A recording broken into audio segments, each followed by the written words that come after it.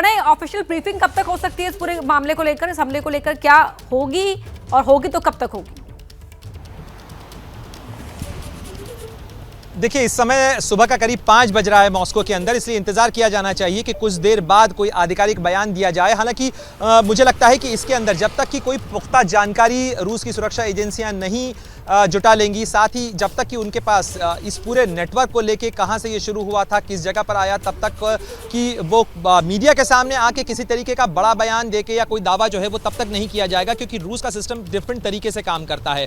रूस के सिस्टम के अंदर जब तक कि उनके पास में पूरे सबूत नहीं हो जाते, क्योंकि स्वाभाविक रूप से जिस तरीके से कर्नल दानवीर भी कह रहे थे, जिस तरीके से अन्य एक्सपर्ट भी कह रहे हैं कि इस पूरे मामले के बाद स्वाभाविक रूप से रूस की जो पूरी सुरक्षा एजेंसियां हैं, रूस की जो एफएसबी है और जो अन्य जो खुफिया एजेंसियां हैं, वो पूरा तंत्र सक्रिय होगा। पूरी रात शायद वो लोग सोए भी ना हो, लगातार इस पूरे मामले की जांच की जा रही होगी और ये नेटवर्क कहां से जुड़ा होगा, कैसे इस तरीके की घटना को अंजाम दिया गया, ये पूरी पड़ताल करने के बाद ही आधिकारिक बयान आएगा। और उम्मीद की जा रही है कि इस मामले को लेकर संभव तो है कि क्रेमलिन की तरफ से, यानी रूसी राष्ट्रपति की तरफ से भी बयान आ सकता है। हालांकि आधिकारिक बयान का इंतजार किया जाना चाहिए, क्योंकि उसके बाद ही तस्वीर स्पष्ट होगी कि रूस आखिर शक की सुई किसकी तरफ रखता है, रूस की तरफ से सवाल किसको लेकर उठाए जाते हैं और साथ ही पलटवार की कार्रवाई क्या होती है। क्योंकि अगर पॉलिटिकल असैसिनेशन का इस तरीके का सिलसिला शुरू होता है तो यह बहुत खूनी सिलसिला होगा, जिसके अंदर केवल यूक्रेन ही नहीं बल्कि यूरोप के कई मुल्कों तक इसकी आंच आ सकती है। क्योंकि यह किस तरीके से अंजाम दिया गया यह कोई नहीं जानता, सुरक्षा जांच के बाद ही ये चीज सामने आएगी। लेकिन जिस तरीके से इस घटना को अंजाम दिया गया है उसने निश्चित रूप से सुरक्षा चूक के भी बहुत सारे सवाल उठाए हैं और साथ ही साथ सवाल उठाए हैं कि जिस तरीके से इस घटना को अंजाम दे दिया गया, यानी स्वाभाविक रूप से जो लोग राष्ट्रपति पुतिन और उनके जो तंत्र हैं, उनके जो करीबी हैं, उनको टारगेट करना चाहते हैं, वो अपने मंसूबों में कामयाब हो सकते हैं। ये दिखाने की कोशिश है, ये एक तरीके से एक स्ट्रॉन्ग स्टेटमेंट कहा जा सकता है इस घटना को। जी, क्या आप एक खूनी सिलसिले को शुरू कर सकता है पूरी दुनिया के लिए? जेके त्रिपाठी जी।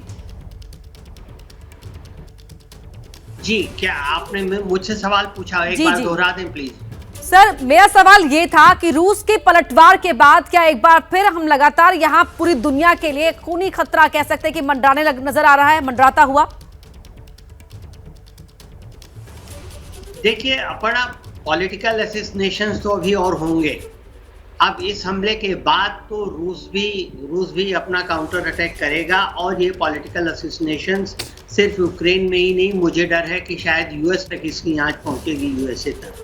तो ये तो होंगे, युद्ध भी बढ़ेगा, ज़्यादा पोस्चरिंग भी होगी, लेकिन अभी न्यूक्लियर युद्ध का समय नहीं आया है। अभी मतलब पुतिन इतने समझदार तो हैं ही स्ट्रेटजिस्ट होने की वजह से कि वो न्यूक्लियर वॉरफेयर नहीं शुरू करेंगे।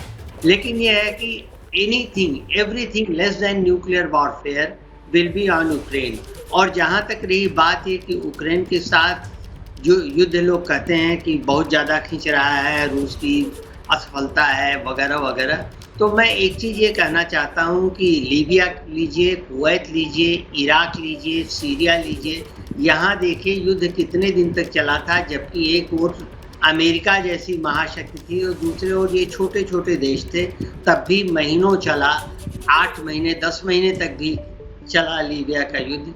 तो ऐसे में जहाँ एक ओर डायरेक्टली रशिया इन्वॉल्व है और दूसरी ओर इनडायरेक्टली अमेरिका और नाटो इन्वॉल्व है, ये युद्ध काफ़ी दिन तक चलेगा। हमें इस बात के लिए तैयारी रखनी चाहिए। जी दानवीर सिंह जी, क्या आप भी सहमत हैं?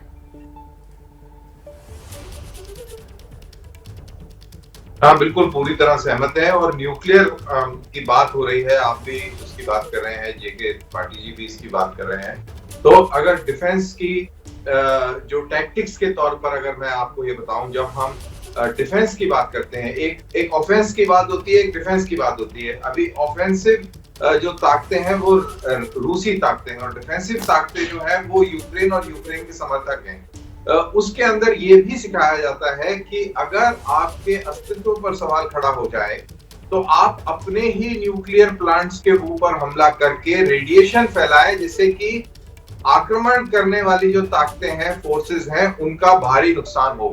तो अगर इस टैक्टिक्स के हिसाब से देखा जाए तो, और जो पीछे जो घटनाएं हुई हैं उसके हिसाब से देखा जाए तो, ज़पोरिज़िया का जो न्यूक्लियर पावर प्लांट है जिसके ऊपर बमबारी भी हुई है और जिसके ऊपर खतरा भी मंडरा रहा है, और अब पुतिन ने उसकी इंटरनेशनल जांच के लिए भी यस कर दी है, तो ये कहीं ना कहीं उसी टैक्टिक्स और उसी रणनीति की ओर संकेत देता है। तो ये जरूरी नहीं कि न्यूक्लियर का डायमेंशन लड़ाई के मैदान में सिर्फ न्यूक्लियर बम से ही आए। इस तरीके का हमला अपने ही न्यूक्लियर प्लांट पे करके और एक डर्टी न्यूक्लियर सिचुएशन पैदा करना भी एक फौजी टैक्टिक्स का एक हिस्सा है। अब हमें ये देखना है कि क्या इस तरीके की कार्रवाई होगी, नहीं होगी, या इस तरीके की कार्रवाई करना चाहता था ज़ेलेंस्की या नहीं चाहता था। ये बहुत सारे सवाल हैं और इन्हीं सवालों से जुड़ा हुआ ये भी सवाल है कि ये जो अभी हमला हम देख रहे हैं मॉस्को की सड़कों पर, ये कितना पुतिन को घबराहट, पुतिन के लिए घबराहट पैदा करता है, रशियन लोगों के दिलो दिमाग पर इसका क्या इफेक्ट पड़ता है, ये चीज भी देखना अब बहुत इंपॉर्टेंट हो जाएगा इस समय। जैसे ही घड़ी का काटा दोपहर 2:30 पे आए, बबीता जी का दिल सास बहू साजिश के लिए मचल जाए। और ये है इनकी बहू, पूरे दिन ऑफिस की टेंशन हो जाए गॉन जब ये करें अपना फेवरेट शो फ्री टाइम पे ऑन। इनकी तरह आप भी देखिए अपना फेवरेट शो अपने टाइम पर और डाउनलोड कीजिए एबीपी लाइव ऐप अपने स्मार्ट टीवी पर।